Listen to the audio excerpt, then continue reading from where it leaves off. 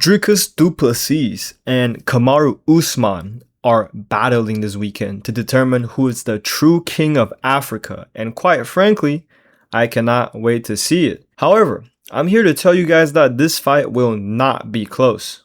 Dricus Du Plessis got embarrassed in his last outing against Khamzat Chimaev, with DDP having practically zero success in the fight besides a brief moment in round 5 where he stuffed a takedown and got on top of Chimaev and started threatening a choke that didn't really put Khamzat in any danger. Kamaru Usman, on the other hand, came off a decent win against Joaquin Buckley, where he dominated in the wrestling and controlled Buckley for almost the entirety of the fight.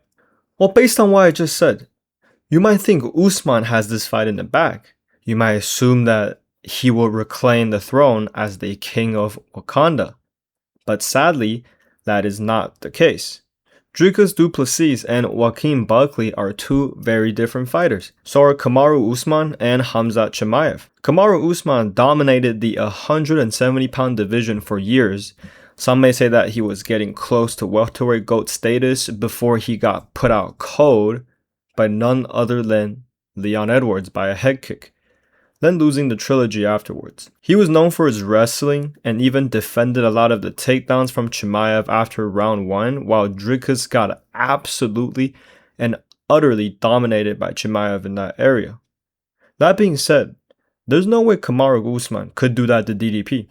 I think Usman can 100% secure a takedown on DDP, but I do not think he'll be able to hold DDP there. Kamaru Usman has incredible offensive wrestling and even better takedown defense. He has almost a 100% takedown defense before the fight with Chimaev. And Chimaev literally has the most explosive shot that has ever been seen in mixed martial arts so far. However, one thing Usman lacks is the offensive grappling. He never really developed a strong Brazilian Jiu-Jitsu game, and he doesn't necessarily have a submission threat or the ability to advance into a more dominant position. Especially compared to someone like Khamzat Chimaev, when Usman fought against Joaquin Buckley, he was able to just get takedowns and hold Buckley down.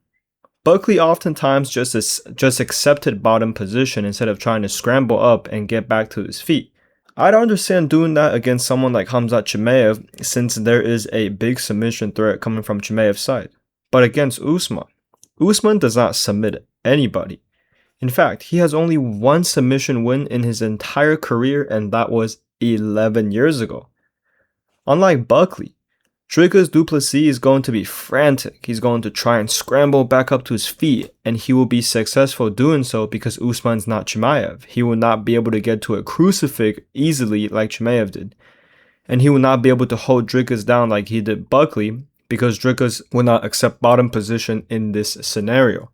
Also, Kamaru Usman had always been a bit of a girth merchant. While he has always had great skills, his attribute is also what made him so successful at welterweight. If you look at most of, if not all of his fights at welterweight, he had been the bigger and stronger man in the cage. He often looks to overpower his opponents in wrestling exchanges, especially alongside the fence. The fact that he's fighting Dricus Du Plessis, this might be the first time where Usman does not have a strength advantage. I think Usman will struggle to get the wrestling going, and Dricus is much more dangerous on the feet, more powerful, and has great kicks. I think DDP is going to dominate Usman and win by a unanimous decision. DDP is very underrated right now because of his loss against Chimaev. I'm also going to go through the rest of the card and give you guys my prediction, starting with the prelims and ending with the co-main event.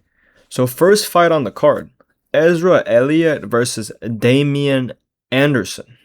I believe this fight was added to the card pretty last minute. Both guys are making their UFC debut on short notice. Both guys are undefeated, and both guys have an 100% finishing rate. I'm going to go with Ezra Elliott by TKO here. I think he's just slightly better than Damian Anderson. He trains with a good team, but it should be a very close fight. Two very exciting fighters making their debut, and someone's has got to go. Next up, we have Anna Meliciano versus Dion Barboza. Dion Barboza came off a decent win against Melissa Gatto in her last outing, and I'm going to pick her to win this fight by decision. We don't know much about Anna Melisano, whatever, however fuck you say her name. She doesn't have a picture on the UFC website. Actually, on top of that, she doesn't even have a record. If you guys can see this. Oh, never mind. She has it now. Earlier I checked, she was 0-0-0. But anyways, I'm going to go with Dion Barbosa by decision here. Nothing much to talk about. Next fight on the card, we have RJ Harris versus Alvin Hines. So RJ Harris is a huge 6'6" heavyweight. He's making his debut in the UFC, an undefeated prospect coming from an LFA, and I'm actually going to pick RJ Harris to win this fight by KO. Alvin Hines is he's okay. He had a decent fight against Jonathan Deniz, and I'm actually surprised that he's the favorite here. If you're a betting man, I would put a good bit of cash on RJ Harris. Definitely don't liquidate your 401k. I am not that confident. But moving on. Next, we have Eldon Correa versus Stuart Nickel. Eldon Correa is a great up-and-coming flyweight, trains with the champion Joshua Van. He has amazing striking and amazing timing. Stuart Nickel, on the other hand, came off a pretty brutal loss against Alessandro Costa in his last outing, getting finished by a nasty liver shot. And yeah, I have to go with him to win this fight here. One of the biggest betting favorites in a while, aside from Gable Stevenson. Nickel is tough. I think it will be difficult for Correa to recreate the same sequence that finished Nickel in his last fight. But I'm still going to go with Eldon Correa by a decision. Next up on the card, we have Felipe Franco versus Levi Rodriguez Jr. Both of these guys actually fought the same opponent on the Dana White's Contender Series, and that is Freddie Vidal. Felipe Franco lost to Freddie Vidal while Levi Rodriguez Jr. KO'd him. Therefore, by MMA math, Levi Rodriguez Jr. should win this fight. Well, I mean, there's other reasons besides that. Felipe Franco had a decent fight against Mario Pinto. He survived to a decision and he looked okay. But at the same time, I feel like Levi Rodriguez Jr. is just way more dangerous. And he looked very capable in his fight against Freddie Vidal. The knees he landed on Vidal's face was brutal. And I'm going to pick Rodriguez Jr. to finish Felipe Franco by TKO. I think he's a decent prospect, and I am pretty excited to see how far he could progress in the UFC. And I'm interested to see if he's still on, whatever he was on when he fought against Freddie Vidal. Next fight on the card, we have Jean-Paul Laboziani fighting against Seok-Hyun Ko. Fun fact, I don't know if you guys really care about this, but I'm going to say it anyways. I've actually met Laboziani many years ago at a random party that I went to. Briefly spoke to him for a bit and figured that he had just turned pro in MMA. I'm very happy for him that he's fighting in the UFC, but I have to pick Seok-Hyun Ko here. Seok-Hyun Ko, in my opinion, is one of the best prospects in the welterweight division right now alongside Jacoby Smith. He has ridiculous grappling. He was a combat Sambo world champion without ever being trained in Sambo. He has a crazy judo background and is an okay striker as well. He got power in his hands. He's pretty defensively sound. He stands tall. He's big. And Laboziani is primarily a grappler as well. He has wicked jiu-jitsu, but I feel like his bottom grappling game is more impressive than finding submissions while he was in dominant positions. And I don't think his grappling is on the same level as Seok-Hyun Ko, who I'm picking to win by decision. They're kind of throwing JPL straight to the wolves as he debuted against Phil Rowe, who was already a decent and dangerous opponent for someone debuting, and now his second fight in the UFC is against a killer like Seok-Hyun Ko. Hopefully JPL gets to progress in the UFC as well, but I'm going to pick Ko to win by decision. Next up on the prelims, we have Austin Bashi versus Jose Miguel Delgado. Honestly, I do not know why the odds are even here. I think Jose Delgado is going to win this fight pretty handily. Austin Bashi is very good. He has good wrestling, good grappling. But I don't think he's on the same level as Jose Delgado. Jose Delgado beat Nathaniel Wood, by the way. Robbery. He beat Andre Fili. And I feel like Bashi doesn't have the striking to be able to set up his takedowns well against Jose Delgado. The striking difference here, I think it's immense. And I don't think Bashi will be able to impose as well in the grappling anyways. I'm going to pick Jose Delgado by decision. I personally would put money on this as the odds are very good. Now we're finally on the main card. And this is probably the fight I'm looking forward to the most besides the main event. We have Tommy McMillan, Sean O'Malley's training partner, is fighting against Abtoro Alberto Montes. I'm surprised that the UFC would do two prospects of this caliber against each other. Tommy McMillan is undefeated. Unlike Sean O'Malley, he specializes in the grappling, but he can scrap as well. He got long and tall frame for featherweight, and he is very, very tough.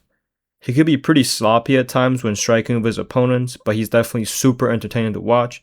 He went to war with his opponent on the Contender Series and came out on top, walking him down while screaming at him. And then he just finished his last opponent, an absolute nobody, but in the first round with very brutal knees and ground and pound. Alberto Montes, on the other hand, is also a killer. He finished Ricky Tercio brutally in his last fight. It was nasty. He has a nasty, disgustingly nasty anaconda choke where he used on various of his past opponents. I think Tommy McMillan's time has come, and his undefeated record has got to go. I think Alberto Montes' style matches up very well against Tommy McMillan. He'll be able to nullify McMillan's grappling, and I think he looks cleaner on the feet. If he's able to hurt McMillan and McMillan takes a bad shot, I can totally see Alberto Montes being able to latch up a quick sub like a Darce or an Anaconda for a finish. I'm going to go with Alberto Montes by submission in round number 2. Next up on the card, we have Tabitha Ricci versus Fatima Klein. Let's be completely honest here. Who's really tuning in for a Tabitha Ricci fight? I'm going to pick Fatima Klein by decision. I'm not going to waste your guys' time here. I don't think Tabitha Ricci is good at all. He's getting pushed mainly for her relationship with Callum Smith, who's also not a good boxer. But moving on. Next up on the card, we have Chase Hooper versus Mitch Ramirez. To be completely honest with you guys, I've never been on the Chase Hooper train. I don't really rate him at all. I think he has amazing jiu-jitsu, but his wrestling is atrocious. And somehow his striking is even worse than his wrestling.